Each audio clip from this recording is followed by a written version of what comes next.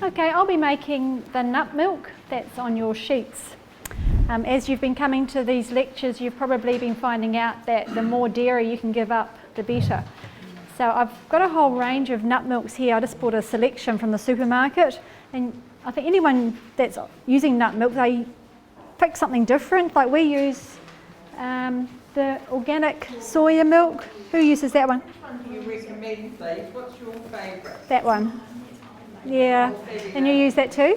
Yeah. No, this is Macro from Countdown. Yeah, Macro soy. They also have an organic rice milk. I don't use this one in particular. My favourite's the soy. And I think, Matthew, your dad has an oat milk, doesn't he? I think he uses an oat milk. So everyone's got their favourite. But I'm going to be showing you today how to make your own almond milk. Now, if you've bought an almond milk before, and I've got a few here, you'll find that it's quite watery. It's actually got a low percentage of almonds in it. So if you wanted to make your own, it's quite easy. So I'm going to start here. I've got some almonds. Almonds are quite expensive, but I've found I can probably make 3 lots of this recipe out of this bag. So yeah, it's not too bad, quite reasonable. So I've soaked these almonds overnight, and like almonds are quite indigestible if you don't soak them. So I've soaked them, that softens them up, easy to digest. So I'll pop that in first. Now, depending on how creamy you want your almond milk, you can put in 3 cups of water if you want it quite thick. I made some on Friday and my boys didn't like it that thick, it was a little bit too rich. So up to 5 cups, I've got 4 here today that I'm going to use. 4 cups of water.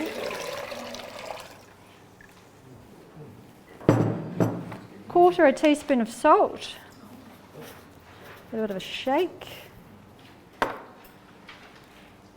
And I'll just get my my maple syrup.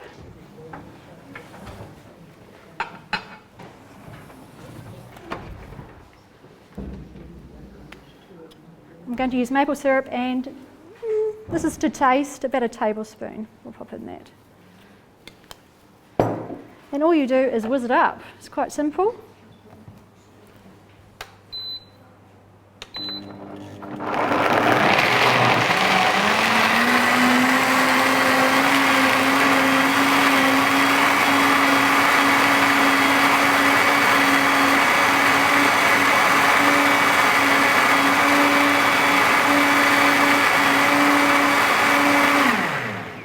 I'll give that another go.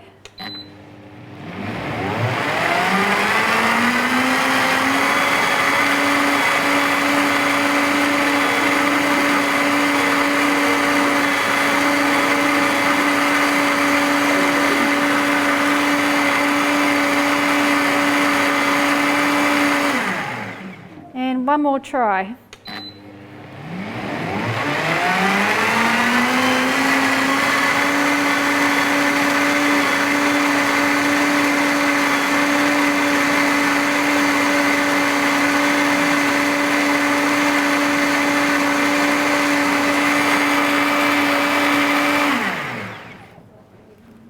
All right, that will do.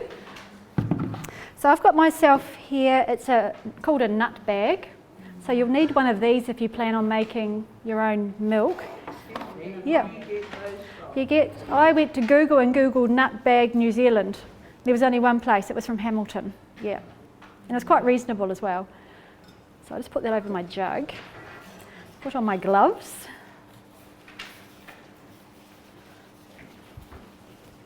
This is the fun part.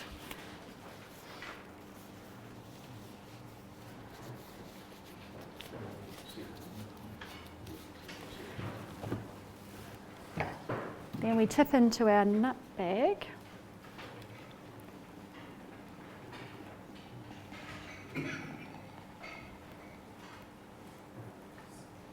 All the milk.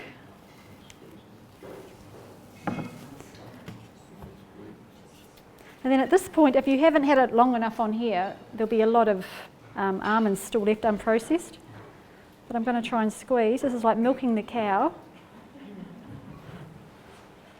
I'm going to squeeze. I would normally have a slightly wider mouth on my jug. squeeze it till you've got all the almond milk out.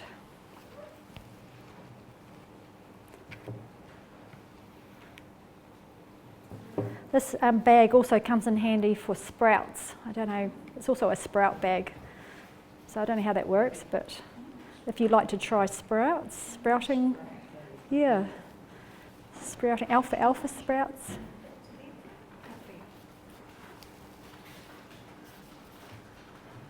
Now what you'll be left with in the bag is it's really untasty, but it's the leftover almond remnants.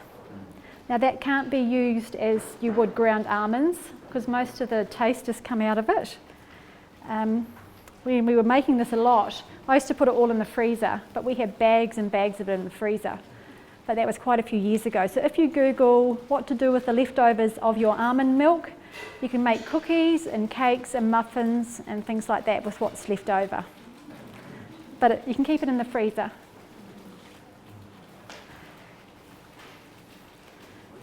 Now you'll find, I think, this is like 10 times more tasty than the almond milk that you can get from the supermarket. Just keep putting pressure on it till you get everything out.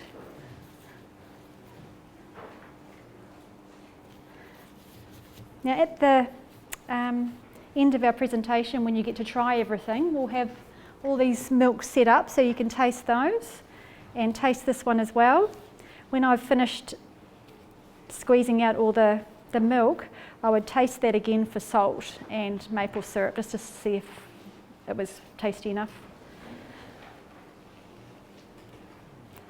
And that will be about it. And the leftover, pop it in a bag in the freezer.